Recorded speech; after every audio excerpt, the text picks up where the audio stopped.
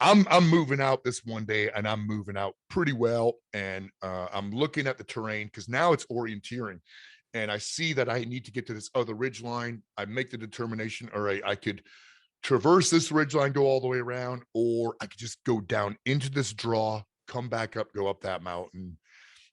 Six of one, half dozen the other.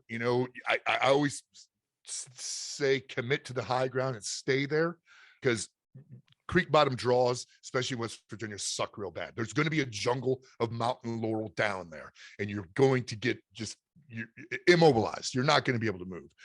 But I made the decision to go downhill so I can go back up. And as I'm walking down, there's all this shale, slate, and it's real slippery.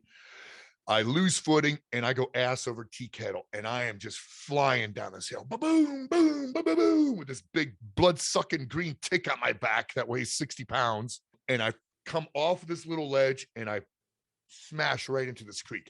Bogoosh! It's extremely graceful. The water splashes everywhere. My rut goes over the top of my head. And I flip my rut back up, and I'm in this creek bottom. And right in front of me, not 10 yards, there's a dude squatting in the stream with a beard big, twice as big as Ken's, with a big leather flop hat on. I mean, right out of the 1800s.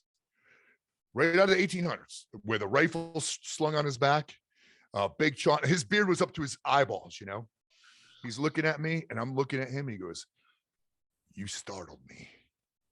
And I said, "Yeah, bro, you startled me too. I'm sorry about that." And that's all he said. And I freaking just looked at my map, and I started going back uphill. But yeah, that's West Virginia, I love West Virginia, but there are parts of that state where people are trapped in a time warp. I don't know how many of you folks have traveled through there or lived there, but man, it's a beautiful, beautiful state. But I mean, he was straight up hillbilly right out of the 1800s. It was it's pretty impressive to see. And this is out in the middle of nothing, man. I mean, there's nothing out there.